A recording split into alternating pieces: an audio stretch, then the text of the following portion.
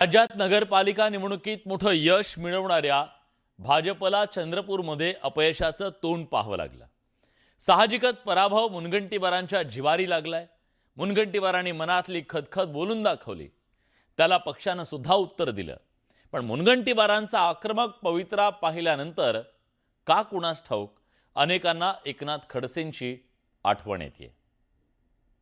गटबाजीचा परिणाम होण्याची शक्यता असते जर पार्टीने तसं पोषक वातावरण केलं। जर एक नेते आमदार हा कार्यक्रम रद्द करावा म्हणून लेखी पत्र देतात आणि माननीय देवेंद्रजी जे संघाच्या मुशीत गडगोसं सांगतात ते एका शब्दाने या विषयावर चर्चा करायला तयार नसते। काँग्रेसनी त्यांच्या नेत्याला शक्ती दिली, आमच्या पक्षाने माझी शक्ती कमी केली।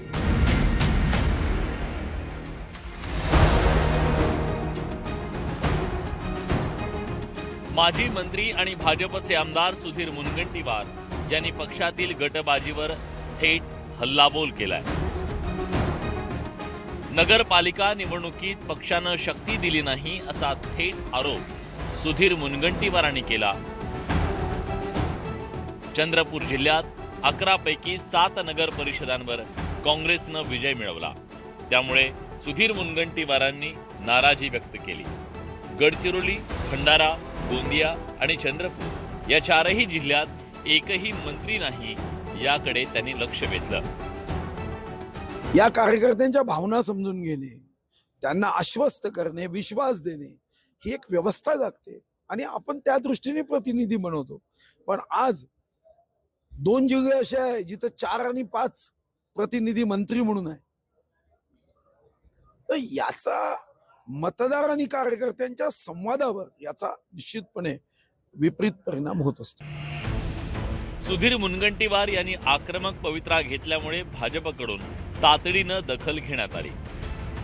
मुनगंटीवारांना शक्ती दिली जाईल असा शब्द पक्षाकडून देण्यात आला।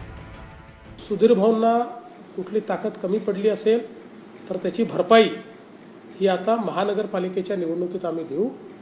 पूर्ण ताकद देऊन चंद्रपूरची महानगरपालिका आम्ही निवडून आणू। मंत्रिपद दिलं असतं तर मग सगळे निवडून आले असं म्हणणं आहे। आता त्याचं मत असू शकतं, मला फार चंद्रपूरचं काही मला माहिती नाही, मी तिकडे गेलो नाही। सुधीर मुनगंटीवार यांनी पक्षातल्या गटबाजीवर थेट भाष्य केलं। पक्षातल्या गटबाजीवर आणि नेत्यांवर भाजपचं नेतृत्व थेट वक्तव्य करत नाही। मात्र सुधीर मुनगंटीवारांनी हा आक्रमक पवित्रा घेतलाय। आता पक्ष सुधीर मुनगंटीवारांना शक्ती पुरवतं की नाही हे महापालिका निवडणुकीत स्पष्ट होणार आहे। Bureau report, news 18 Lokmat.